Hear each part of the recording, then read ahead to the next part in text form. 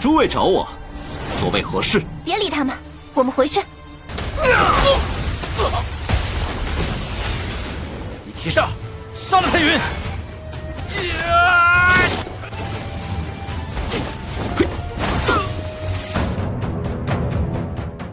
Kembali lagi bersama Bang Jago. Seperti biasa Mimin selalu mendoakan kalian semoga selalu dalam keadaan sehat dan dalam kondisi terbaik ya.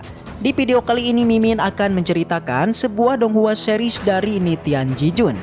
Dan bagi kalian yang mungkin baru gabung, Mimin saranin untuk nonton bagian sebelumnya dulu. Linknya ada di deskripsi. Tak berlama-lama langsung saja kita masuk ke isi ceritanya.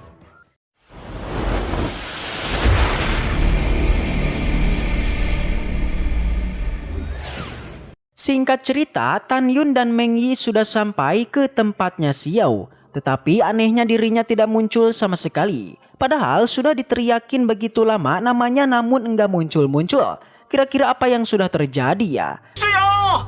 Xiao, Meme! Meng Yi menebak Xiao sedang sibuk dan tidak berada di sini. Mungkin saja ada urusan lain. Tetapi enggak lama dari itu muncullah Roshi yang terkaget-kaget melihat kehadirannya Tan Yun. Dia masih tidak percaya mencoba menghampiri Tan Yun dan dibuat lebih kaget lagi. Tapi dia senang sekali melihat Tan Yun selamat. Segera dia mengalihkannya dengan mengatakan pasti Xiao itu senang mengetahui kepulangannya Tan Yun. Tetapi sayang, Xiao sekarang sedang pergi ke tempat gurunya sehingga Roshi menyuruh mereka agar pergi ke tempatnya dulu dan menunggu di sana. Roshi juga bakal memanggil semua orang yaitu Tin Peng, Jian dan yang lainnya untuk menemui Tan Yun. Tentu mereka pun setuju dan pergi dari sana. Tetapi Roshi masih penasaran gimanakah cara Tan Yun selamat dari tanah abadi. Tan Yun mengaku dia mencari tempat bersembunyi sampai portal ruang dan waktu itu terbuka kembali. Kita beralih kepada Xiao, dia ditanya oleh sang guru apakah dia sudah memutuskan akan apa yang gurunya minta. Xiao pun hanya terdiam. Ternyata Xiao itu mau dijodohkan dengan adiknya sang guru. Tentu saja dia menolak untuk dijodohkan, tapi sayang sang guru masih berusaha merayunya dengan alasan Tan Yun sudah lama tewas jadi janganlah tunggu dirinya. Selain itu sang guru memastikan kalau Xiao menjadi nyonya muda di keluarga Murongnya nanti pasti bakal diperlakukan dengan baik dan dihormati. Tapi tetap saja Xiao menolak. Dia sampai berlutut meminta maaf karena hatinya sedari awal itu cuma untuk Tan Yun seorang, tidak buat orang lain lagi.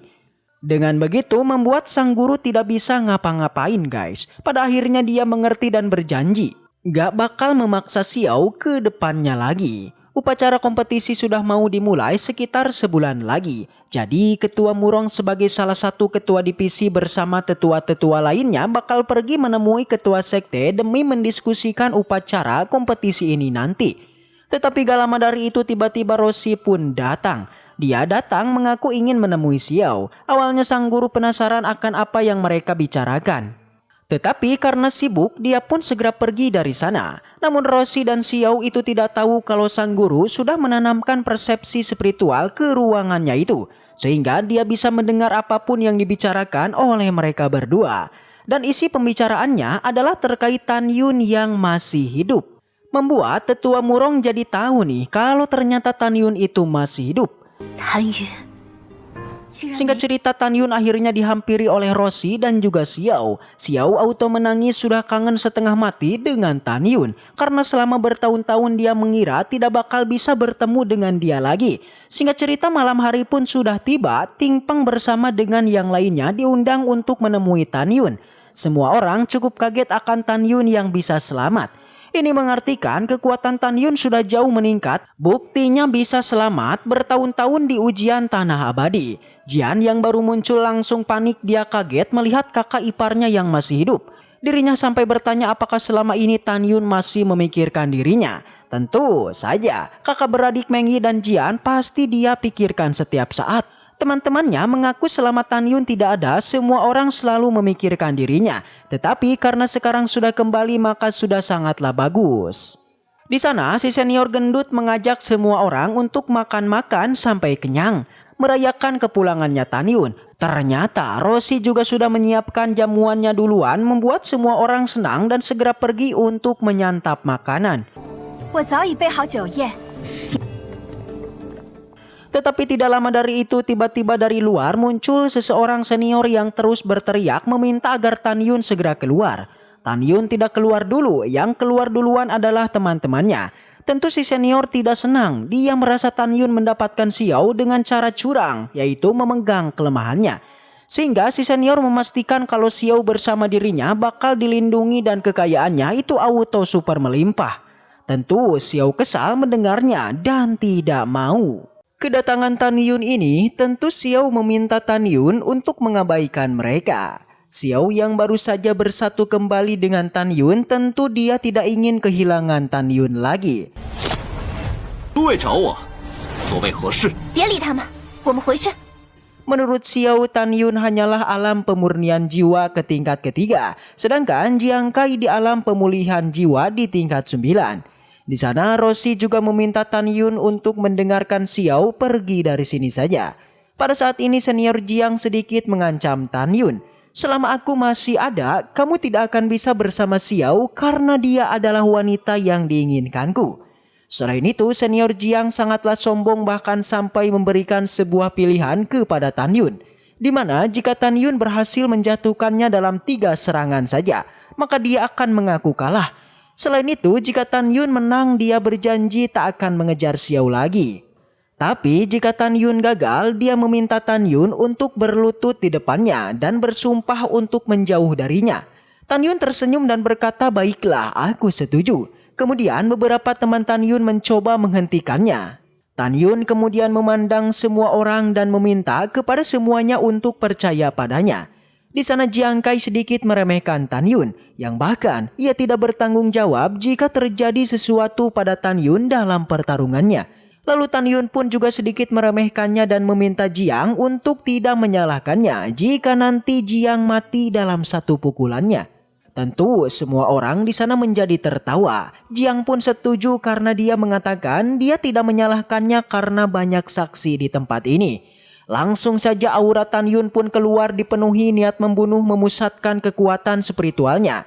Setelah itu dia pun melesat ke arah Jiang Kai. Ketika pukulan Tan Yun mengenai dada Jiang Kai, dada Jiang Kai tiba-tiba membengkak. Setiap pukulan membuat telinga, hidung dan mulut Jiang Kai itu mengeluarkan darah dan berakhir menjadi debu. Melihat adegan itu semua orang menjadi terkejut. Mereka tidak menyangka kekuatan Tan Yun begitu dahsyat. Salah satu murid menginjak pedang terbang dan berkata kalau dirinya akan melapor pada kepala divisi senjata. 3 orang sisanya di alam pemurnian jiwa tingkat 8 mereka melesat dan ingin menyerang Tan Yun. Xiao berkata, "Tan Yun, aku akan membantumu." Namun Tan Yun menghentikannya karena menurut Tan Yun Xiao ini bukan tandingan mereka. Langsung saja langkah Hong Meng diperlihatkan serta muncul di belakang 3 orang itu dan langsung saja Tan Yun melesatkan serangan yang membuat 3 orang itu mati seketika. 一起上，杀了太云！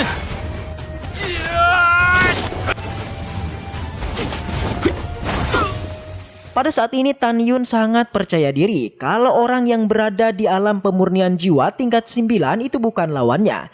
Wang Puting Peng dan yang lainnya menyaksikan kekuatan Tan Yun. Mereka sulit mempercayai bahwa Tan Yun yang berada di alam pemurnian jiwa tingkat 3 bisa dengan mudah menghabisi 3 orang yang berada di alam pemurnian jiwa di tingkat 8. Kejadian ini membuat Rossi merasa khawatir mengenai kepala divisi yang pastinya akan segera datang. Karena orang yang Tan Yun habisi adalah cucu kepala divisi senjata dari gerbang abadi. Namun Tan Yun tersenyum dan berkata, "Kalian tidak perlu khawatir. Aku ingin melihat apa yang bisa kepala divisi senjata gerbang abadi lakukan padaku."